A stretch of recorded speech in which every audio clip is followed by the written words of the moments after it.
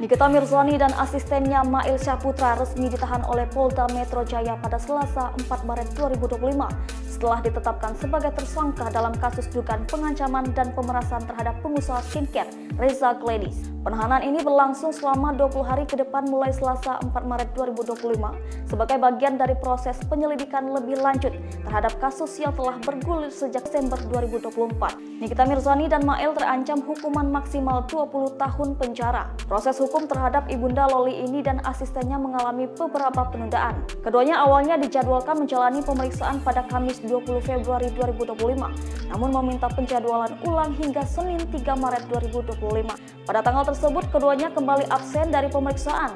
Akhirnya pada Selasa 4 Maret 2025, janda 3 anak tersebut dan asistennya hadir di Polda Metro Jaya sekitar pukul 10 untuk menjalani pemeriksaan sebagai tersangka. Penyidik telah mengamankan sejumlah bukti untuk melengkapi berkas perkara kasus ini. Menurut Ade Ari, penyidik telah mengumpulkan bukti yang cukup, termasuk dokumen serta keterangan dari ahli untuk memperkuat kasus tersebut. Artis 38 tahun itu tiba di gedung Polda Metro Jaya mengenakan setelan kemeja formal, dilengkapi dengan masker berwarna merah muda dan rambut tergerai. Yang memasuki gedung melalui pintu belakang tampak berusaha menghindari sorotan media. Sembari menaiki tangga, ia tidak banyak berbicara dan memilih berjalan cepat dengan menundukkan kepala, mengabaikan pertanyaan dari para wartawan. Sementara itu, Mail tiba di lokasi yang sama sekitar 15 menit kemudian. Setelah menjalani pemeriksaan intensif, penyidik kemudian melakukan gelar perkara dan memutuskan untuk menahan keduanya. Bintang film Nenek Gayung itu keluar dari ruang pemeriksaan dengan mengenakan rompi orange tahanan. Nikita dan Mail langsung dibawa ke rutan narkoba Polda Metro Jaya dengan pengawalan ketat. Hingga kini Ade Ari belum menjelaskan alasan keduanya ditahan di rutan narkoba.